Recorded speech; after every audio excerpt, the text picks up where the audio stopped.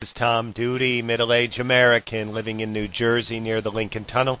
If you were to visit my website, you would type Howdy Doody into Google. You'll find the correct spelling of the famous puppet. You then combine Tom Doody in a Google search for my site.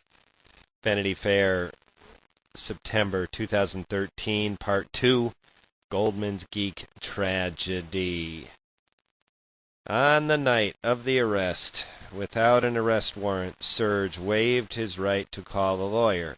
He phoned his wife and told her what had happened, and that a bunch of FBI agents were on the way home to seize their computers and to let them in, though they had no search warrant either.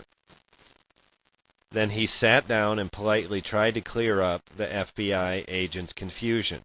How could the agent figure out this is what theft if he didn't understand what was taken? Serge recalls having asked himself. What he'd done, in his view, was trivial. What he stood accused of, violating both Economic Espionage Act in 1996 and the National Stolen Property Act, did not sound trivial at all. Still, he thought if the agent understood how computers and high-frequency trading business actually worked, the matter would be quickly cleared up. The reason I was explaining it to him was to show him that there was nothing there, Serge says. He was completely not interested in the content of what I am saying. He just kept saying to me, if you tell me everything, I'll talk to the judge and he'll go easy on you. It appeared it a very strong bias for the very beginning. They had goals they wanted to fulfill. The goal was to obtain an immediate confession. The FBI declined to comment on Aleynikov's case. According to Serge, the chief obstacle to the FBI's ability to extract his confession, oddly, wasn't his willingness to provide it, but arrogant ignorance in what Serge was attempting to confess. In the written statement, he was making some obvious mistakes, computer terms and so on, recalls Serge. I was saying, you know, this is not correct. Serge patiently walked the agent through the actions until finally at 1:43 in the morning, after 5-hour discussion, McSwain sent a giddy one-line email to the U.S. Attorney Office. Holy crap, he signed a confession. 2 minutes later, he dispatched Serge to a cell in the Metropolitan Detention Center.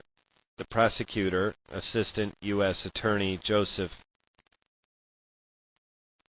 Faccipanti, argued that Serge Aleynikov should be denied bail, for he was a danger to the community and a flight risk, and he had in his possession computer code which in the wrong hands could be used to manipulate markets in unfair ways. Goldman Sachs presumably used it to manipulate markets in fair ways. The confession Serge had signed, scattered by phrases crossed out and rewritten by the FBI agent later, would be presented by prosecutors to a jury at the work of a thief who was being cautious, even tricky with his words. That's not what happened, said Serge. The document was being crafted by someone who had no previous expertise in the matter. Serge Aleynikov signed a confession was last anyone heard from him, at least directly. He declined to speak to reporters or testify in his trial. He had a halting manner, a funny accent, a beard, and a physique that looks as if he'd been painted by El Greco. In the lineup of people chosen randomly from the streets, he is a guy that looked mostly identified as a Russian spy or character from an espionage original Star Trek. In technical discussions, he had the tendency to speak with extreme precision, which is great when he is dealing with fellow experts, but mind-numbing with a lay audience. In the court of U.S. public opinion, he wasn't well suited to defend himself, and so, on the advice of his attorney, Kevin Marino, he didn't. He kept his long silence even after he was sentenced. Without the possibility of parole, to 8 years in federal prison.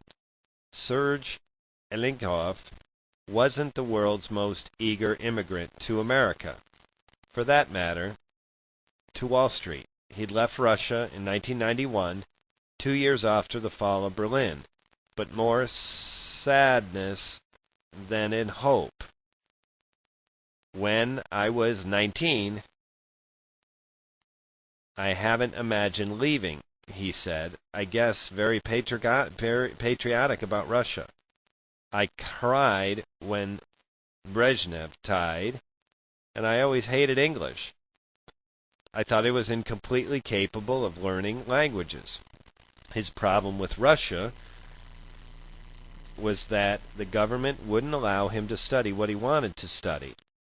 He wasn't religious in any conventional sense, but he'd been born a Jew, which had been noted on his Russian passport to remind everyone of the fact, as a Jew, he's expected to be given especially difficult entrance exams to university, which if he passed them, he would be grant him access to just 1 or 2 Moscow universities that were more accepting of Jews.